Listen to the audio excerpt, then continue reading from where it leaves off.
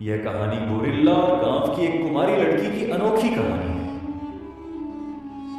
Gorilla ने किस तरह से लड़की की आने वाली हर शादी को रोकता है और गोरिल्ला ने लड़की को अपने जाल में फंसाकर गर्भवती करके को जंगल में छोड़ देते हैं। कहानी बहुत ही मजेदार होने वाला है। कहानी को पूरा सुनिएगा, मजा आएगा। घने जंगल के किनारे बसा एक छोटा गांव है जिसका नाम शांतिपुर था। इस गांव का जीवन सादगी से भरा था। मिट्टी के घर, कच्ची सड़कें और चारों ओर हरियाली। लेकिन गांव के लोग इस हरियाली के बीच छिपे जंगल से हमेशा भयभीत रहते थे। जंगल के बारे में कई कहानियां प्रचलित थीं। कुछ कहते कि वहां भूत प्रेत रहते हैं, तो कुछ कहते कि जंगली जानवरों ने कई गांव वालों को खा लिया। इन डरावनी कहानियों ने गांव के बच्चों से लेकर बुजुर्गों तक सबके मन में डर भर दिया था।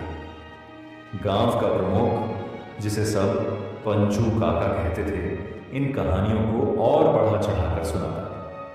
वह गांव वालों को जंगल में जाने से रोकने के लिए कहता, जंगल में गए तो कभी वापस नहीं आओगे, वहां सिर्फ मौत है। लेकिन इस डर के बावजूद एक लड़की थी जो जंगल के बारे में हमेशा उत्सुक रहती थी। उसका नाम राधा था। 18 साल की राधा गांव की बाकी लड़कियों से अलग थी। जहां बाकी लड़कियां घर के कामों में लगी रहती, राधा घंटों जंगल की ओर देखती रहती। राधा को बचपन से ही सवाल पूछने की आदत थी। उसकी मां अक्सर कहती, राधा, ज्यादा सवाल मत पूछा कर, लड़कियों को ज्यादा सोचने की जरूरत नहीं होती। लेकिन राधा मानने वालों में से नहीं थी। वह जानना चाहती थी कि जंगल में ऐसा क्या है जो सभी उससे डरते हैं। गांव में राधा को लोग अजीब नजरों से देखते थे। वे उसे जिद्दी और अजीब कहते थे, लेकिन राधा को किसी की परवाह नहीं थी। उसकी सबसे बड़ी इच्छा थी जंगल में जाकर वहां के रहस्यों को जानना। राधा को जंगल की ओर हमेशा खिंचाव महसूस होता। सुबह जब सूरज की पहली किरणें जंगल पर पड़ती तो वह उसे घंटों निहारती। रात में जब जंगल से अजीब अजीब आवाजें आती तो राधा खिड़की से बाहर देखती और सोचती, क्या ये आवाजें जानवरों की हैं या कुछ और। वह अक्सर अपनी सबसे अच्छी दोस्त मीना से कहती, तू देखना, एक दिन मैं उस जंगल में जाऊंगी। मीना डर कर कहती, पागल मत बन राधा, पंचू काका ने कहा है कि वहां भूत रहते हैं। राधा मुस्कुराती और जवाब देती, भूत भूत कुछ नहीं होते, ये सब डराने के लिए कहानियां हैं। एक दिन गांव में सभा हुई। पंचू काका ने घोषणा की, हमारे गांव की शांति तभी बनी रह सकती है जब हम जंगल से दूर रहें। किसी को भी वहां जाने की इजाजत नहीं है। राधा ने साहस जुटाकर कहा, लेकिन हमें ये कैसे पता चलेगा कि जंगल सच में खतरनाक है या नहीं, जब तक हम वहां नहीं जाते। गांव वाले हैरानी से उसकी तरफ देखने लगे। एक बुजुर्ग ने कहा, लड़की, ये बड़े बुजुर्गों की बात है, हमें चुनौती मत दो। राधा चुप हो गई, लेकिन उसने तय कर लिया था कि वह जंगल में जरूर जाएगी। पिछली रात राधा ने अपने घर की खिड़की से जंगल की ओर देखा। चांदनी रात थी और जंगल के पेड़ों की परछाइयां रहस्यमय लग रही थी। राधा ने तय कर लिया कि अब और इंतजार नहीं।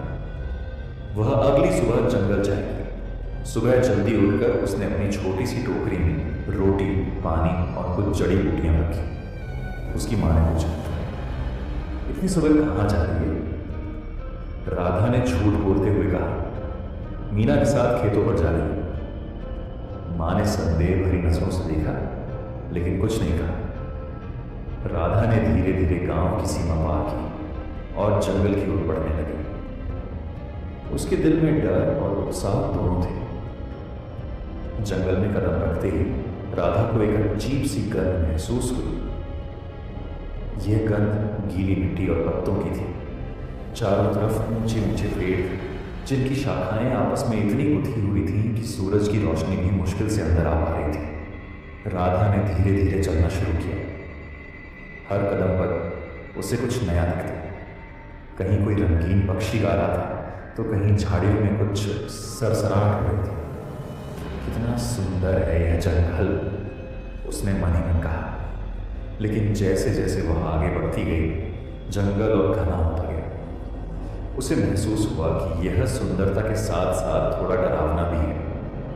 हर आवाज अब उसे और चौकन्ना कर रही थी। चलते चलते राधा ने देखा कि वह गांव से काफी दूर आ चुकी है। उसने इधर उधर देखा और सोचा, अब वापस लौटने का कोई रास्ता नहीं, मुझे आगे ही बढ़ना होगा। तभी झाड़ियों से अचानक कुछ तेज आवाजें आई। राधा रुक गई। उसका दिल जोर से धड़कने लगा। शायद कोई जानवर है, उसने सोचा। वह डर के बावजूद झाड़ियों की ओर बढ़ी। पीछे उसने एक छोटे से हिरण को देखा जो भागने की कोशिश कर रहा था। हिरण को देखकर उसकी जान में जान आई। मैं पागल हो गई, हर चीज को खतरनाक समझ रही हूं, उसने खुद को समझाया। जंगल में कुछ और घंटों तक घूमने के बाद राधा को थकान महसूस होने लगी। उसने एक पेड़ के नीचे बैठकर अपनी टोकरी से रोटी निकाली और खाने लगी।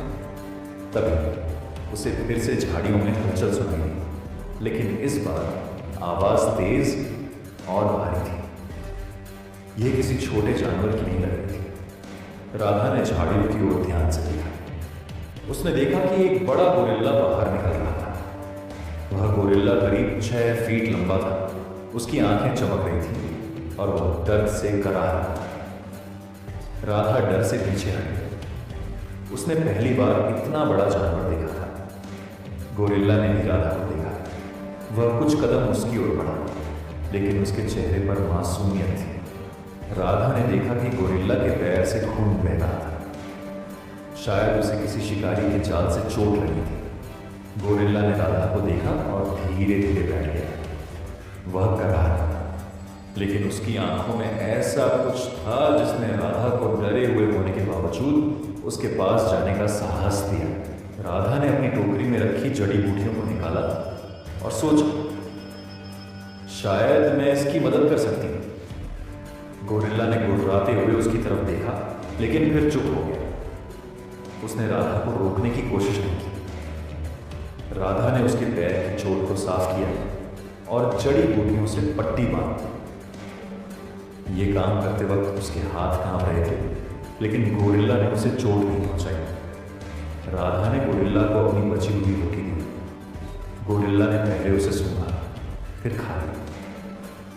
राधा को यह देखकर खुशी हुई कि वह उसे अपना दुश्मन नहीं समझा। तुम सच में डरावने नहीं, लोग तुम्हारे बारे में गलत सोचते हैं, राधा ने कहा, मानो गोरिल्ला उसे समझ सकता। गोरिल्ला ने उसकी तरफ देखा और धीरे धीरे उसके करीब आ गया। राधा को पहली बार महसूस हुआ कि जंगल का यह विशाल जानवर कितना मासूम और सरल है। गोरिल्ला के साथ कुछ समय बिताने के बाद राधा को एहसास हुआ कि सूरज डूबने वाला है। वह वापस लौटने का रास्ता भूल चुकी थी। गोरिल्ला ने राधा की ओर देखा और जैसे उसे अपनी उपस्थिति से सुरक्षित महसूस कराया। राधा ने सोचा, शायद मैं रात यहां बिता सकती हूं। ये गोरिल्ला मुझे कोई नुकसान नहीं पहुंचाएगा।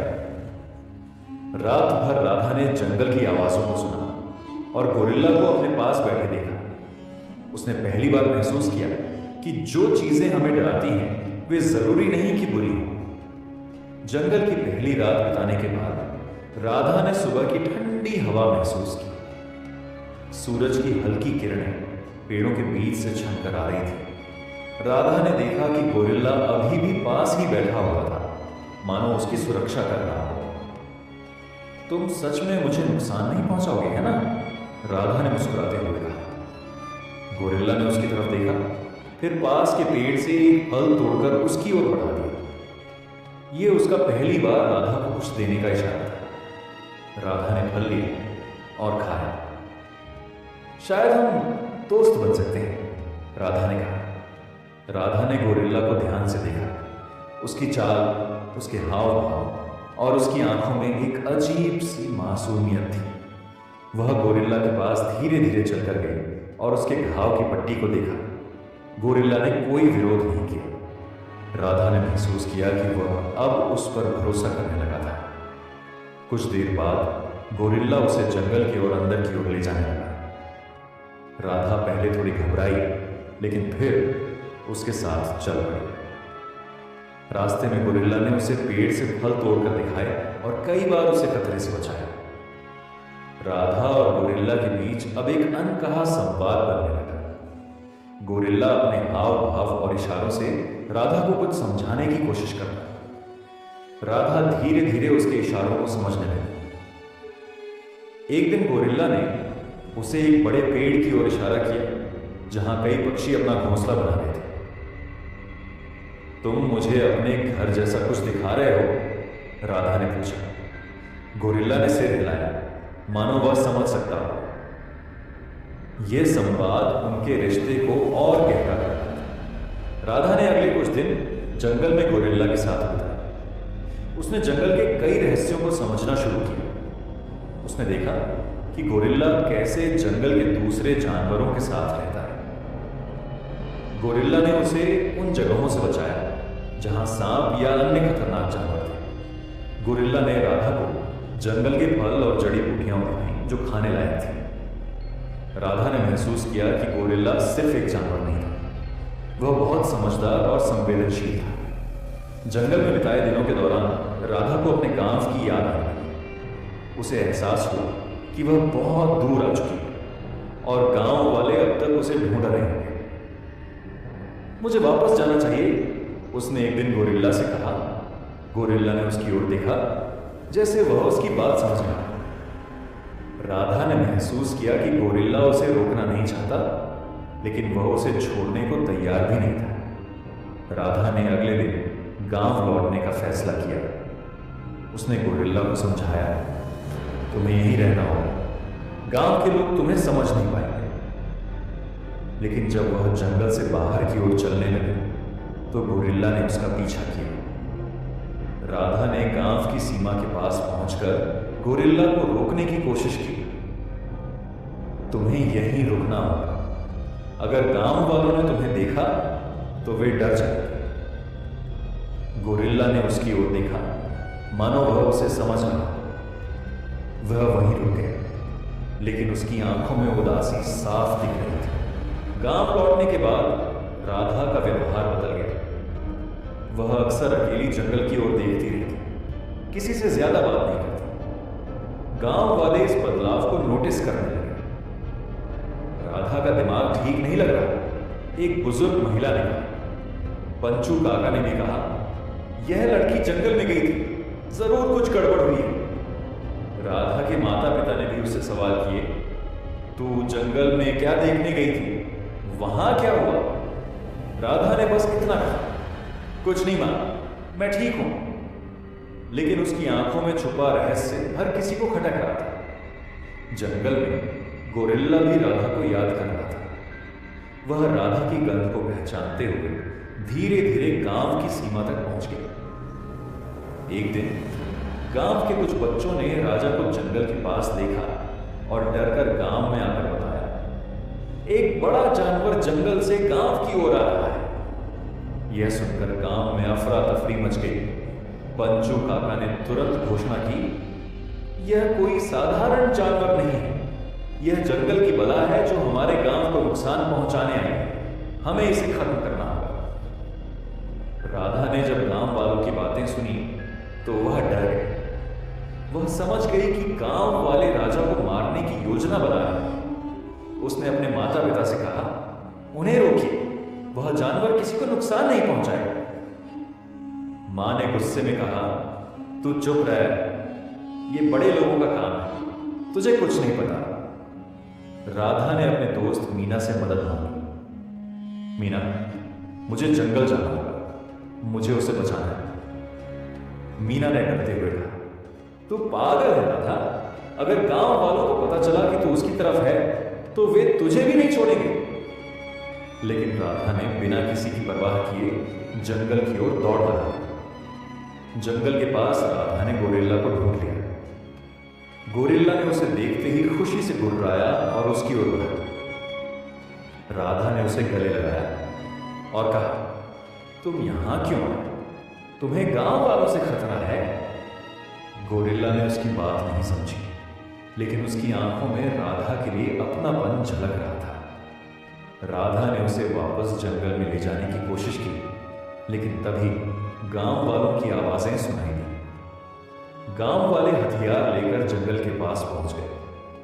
उन्होंने गोरिल्ला को देखते ही हमला करना शुरू कर दिया। गोरिल्ला ने खुद को बचाने के लिए भागने की कोशिश की, लेकिन वह ज्यादा दूर नहीं जा सका। पंचू काका ने चिल्लाकर कहा, इसे मार डालो, यह हमारे गांव के लिए खतरा है। राधा बीच में आ गई और चिल्लाई, रुक जाओ, यह तुम्हें कोई नुकसान नहीं पहुंचाएगा, यह मेरा दोस्त है। गांव वाले हैरान रह गए।